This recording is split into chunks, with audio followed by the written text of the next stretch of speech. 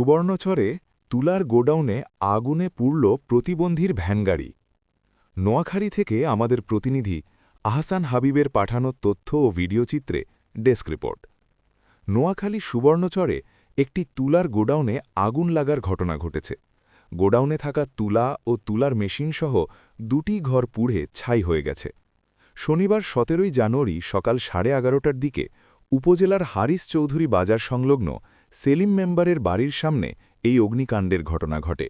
এতে শারীরিক প্রতিবন্ধী নুরুদ্দিনের ভ্যানগাড়িসহ প্রায় ৩ লক্ষাধিক টাকার ক্ষয়ক্ষতি হয়েছে বলে দাবি করেছেন ক্ষতিগ্রস্ত ব্যবসায়ী মোহাম্মদ বাহার।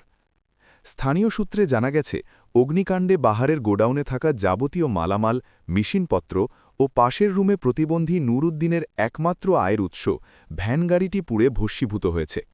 এ সময় প্রতিবন্ধী নুরুদ্দিনের উপার্জনের একমাত্র সম্বল ভ্যানগাড়িটি পুড়ে যাওয়ায় সে দিশেহারা হয়ে মাটিতে পড়ে যায়। তার কান্না কোনোভাবেই থামছে না। কান্নাজড়িত কণ্ঠে নুরুদ্দিন বলেন, আমি প্রতিবন্ধী শরীর নিয়ে ভ্যানগাড়ি চালিয়ে কোনোভাবে সংসার চালাচ্ছি। ভ্যানগাড়িটি সম্পূর্ণ পুড়ে ছাই হয়ে গেছে। এখন কি উপায় হবে আমার? ক্ষতিগ্রস্ত ব্যবসায়ী মোহাম্মদ বাহার জানান, আমার তুলার গোডাউনে আগুন লাগার খবর শুনে দ্রুত ঘটনাস্থলে পৌঁছে দেখতে পাই দাউ দাউ করে আগুন জ্বলছে। স্থানীয়দের সহযোগিতায় আগুন নেভানোর চেষ্টা করা হয় এবং পরে ফায়ার সার্ভিসে খবর দেওয়া হয়।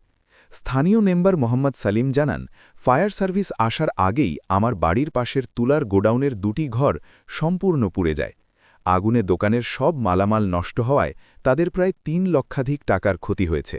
সবচেয়ে বেশি ক্ষতিগ্রস্ত হয়েছে ভ্যানচালক প্রতিবন্ধী নুরুদ্দিন। সুবর্ণচর উপজেলা ফায়ার সার্ভিস স্টেশনের লিডার খোরশেদ আলম জানান, খবর পাওয়ার পর ফায়ার সার্ভিসের দুটি ইউনিট ঘটনাস্থলে পৌঁছে প্রায় ৪০ মিনিটের প্রচেষ্টায় আগুন নিয়ন্ত্রণে আনে। তিনি বলেন, প্রাথমিকভাবে ধারণা করা হচ্ছে বিদ্যুতের শর্ট সার্কিট থেকে আগুনের সূত্রপাত হতে পারে।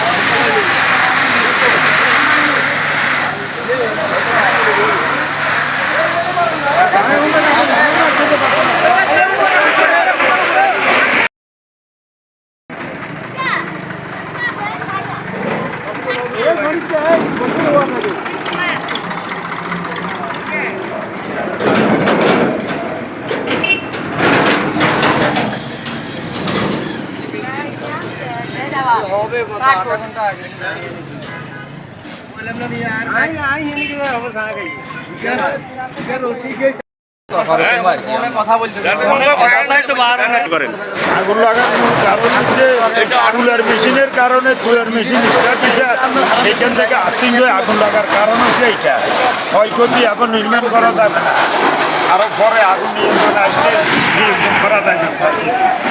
আইতে দেরিয়েছে, জনগণের পাবলিকে খুবই কাছে ছিল, জনগণের সহযোগিতা করে আন্তরিকতা দেখায় এখন আগুন নিয়ন্ত্রণে আনছে। জনগণের আগুন নিয়ন্ত্রণের জন্য কৃতজ্ঞতা জানাই, তাদেরকে ধন্যবাদ জানাই।